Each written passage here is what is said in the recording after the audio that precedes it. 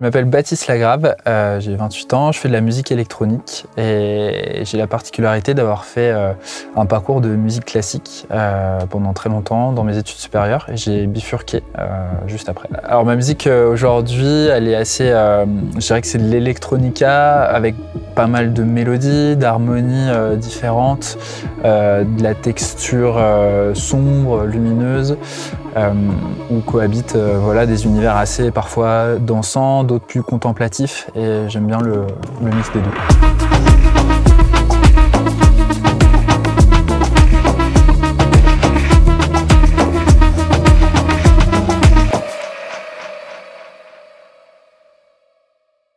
J'étais DJ quand j'étais ado pour des fêtes, etc. En parallèle, je faisais du violon, j'en ai fait pendant 20 ans. Et en fait, ça me fascinait vraiment le côté faire danser des gens sur de la musique. Je trouvais ça dingue et ça n'avait rien à voir avec ce que je pouvais faire en orchestre, etc. Le public n'était pas le même aussi. Et en fait, j'ai eu envie de m'intéresser à la production, à comment on pouvait faire de la musique avec des ordis et des synthés. Et donc j'ai acheté un peu de matos à ce moment-là et j'ai aussi découvert de la musique style tout ce que faisait le label Warp, notamment avec Boards of Canada qui était pour moi complètement dingue. Et en parallèle, j'ai aussi découvert le travail que faisait Philippe Zdar, qui était un producteur, genre il faisait de la réal pour des gros albums. Et aussi il avait un duo qui s'appelait Cassius, assez emblématique de la French Touch.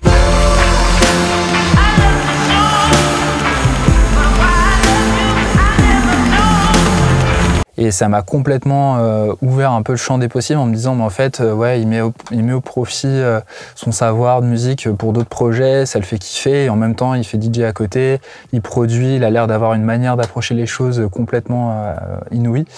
Et en fait, dès, je pense, le lycée, je suis allé toquer à son studio, je me suis pris plein de vent. Et à un moment, à force d'essayer, je suis allé choper à la sortie d'une interview, il m'a donné son mail, je lui ai envoyé des mails, et à un moment, voilà, j'ai pu faire mon stage de master à Motorba Studio, qui était le studio où il travaillait. Et ça m'a là convaincu que en fait, j'avais envie de faire ça, envie de faire danser des gens, de faire de la musique électronique et aussi d'autres projets, voilà, d'avoir mon studio et de développer tout ça. J'ai bossé sur son dernier album qu'il a fait avec Cassius qui s'appelle Dreams. Donc là, c'était, je pense, 6 mois de création au studio où voilà, on les voyait avec son duo Hubert Planfanca, on les voyait travailler dessus, parfois pendant 10 jours sur un morceau, tout effacer, revenir, enregistrer des voix, enregistrer des synthés, etc. Et au final, c'était magnifique de participer à l'élaboration du processus créatif, quoi, de contempler ça, c'était trop beau. De voir qu'il y a aussi des choses parfois qu'on peut développer, qu'on va ajouter le lendemain, en fait y revenir, dire « Ah mais ça c'était cool », etc. C'était complètement dingue. Et malheureusement, il est décédé accidentellement, je crois, à la veille de la sortie de l'album. Mais ouais, en tout cas, ça restera vraiment une expérience marquante et qui m'a aussi donné pas mal d'énergie pour voilà, lancer mon projet, y croire et ça a été une source d'inspiration humaine très forte. Le hardware, j'en ai un petit peu ici, quelques synthés, et j'essaye vraiment de retrouver ce côté s'enregistrer, garder des bouts, jouer, garder ce rapport d'instrumentiste aussi avec ces instruments.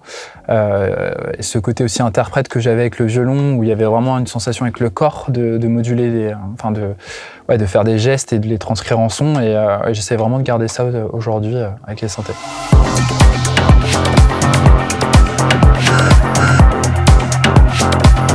En termes de projet, je viens de sortir un EP Alors on va la refaire. En termes de projet, je viens de sortir un EP version extended de mes 2 premiers EP.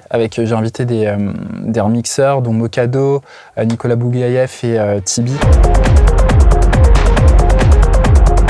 Et là, je suis en train de travailler sur des nouveaux titres pour cette année. Et je viens d'écrire aussi la BO d'un spectacle de danse qui s'appelle M51. Et je travaille aussi pas mal en musique à l'image, là, notamment sur des courts-métrages en ce moment, où c'est aussi super intéressant d'ouvrir le champ des possibles, bosser avec l'image, travailler avec des réalisateurs, des metteurs en scène dessus.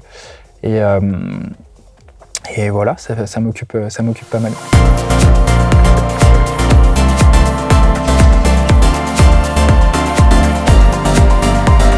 Yes, alors j'ai pris la session d'un morceau qui s'appelle Sweet Memories qui est sorti. Je le trouvais cool parce que je trouve qu'il illustre pas mal mon univers, notamment ce côté prendre une mélodie, essayer d'en tirer le maximum de par la répétition et du changement harmonique derrière et du changement de texture qu'il peut avoir au-dessus. J'ai pris une mélodie très simple qui est, alors sans le métronome, qui est celle-ci. Déjà, je la trouve cool parce que c'est vraiment la superposition de plusieurs éléments texturés. Dans ma musique aussi, il y a pas mal de trucs d'arpège que je superpose aussi vraiment tout le temps. J'aime bien ce truc d'accumulation et d'aller ensuite sculpter dans tout ça. Et si tu veux, par exemple, en arrière-plan, il y a ça qui va courir quasi dans tout le morceau, qui va suivre l'harmonie, que je superpose à ça. C'est un ostinato tout le temps qui va évoluer dans les textures, dans l'ouverture des fils, des résonances, des tout ça. Déjà, si je superpose les deux. Voilà, et un dernier arpège que je superpose à tout ça, qui est vraiment en arrière-plan. Et donc, quand on superpose les trois, ça fait donc ça.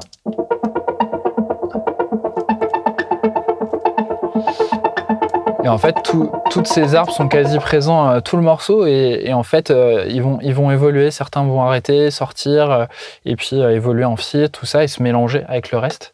Et j'aime vraiment ce côté un peu faire des couches et les compacter avec différents éléments. L'autre truc harmonique derrière, c'est en fait de jouer les accords avec un rythme particulier et je l'ai passé dans une émulation d'un truc qu'on parlait d'art tout à l'heure, d'un truc qui s'appelle le H3000.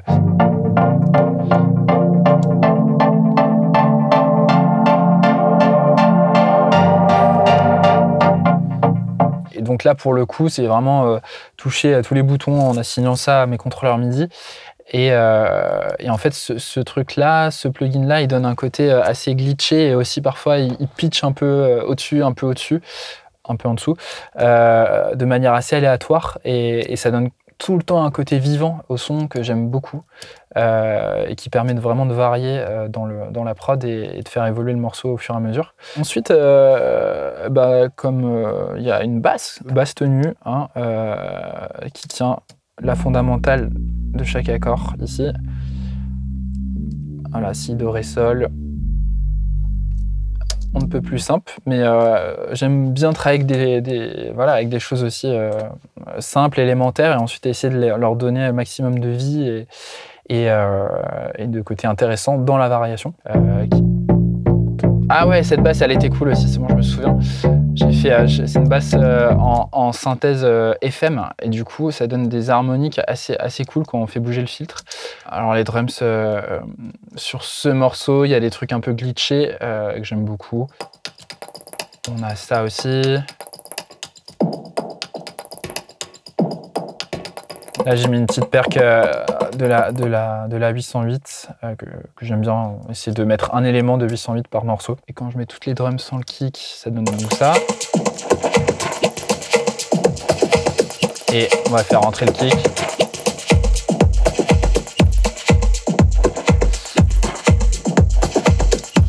Voilà, donc c'est vraiment l'accumulation de différents petits éléments, c'est toujours pareil.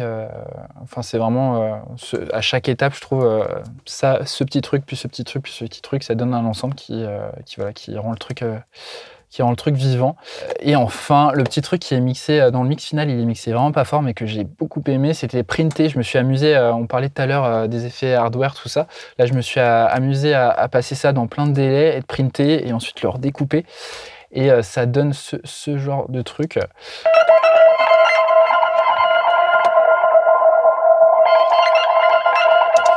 Et en fait, quand il y a l'espèce de drop, en fait, il est mixé aussi.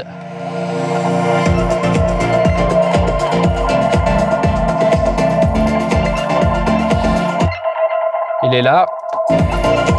Il est vraiment dans la superposition de tout et je trouve que ça rajoute un côté vivant qui est jamais vraiment pareil et que j'aime bien, qui donne de la vie. Et voilà, je crois qu'on a fini ce track Breakdown.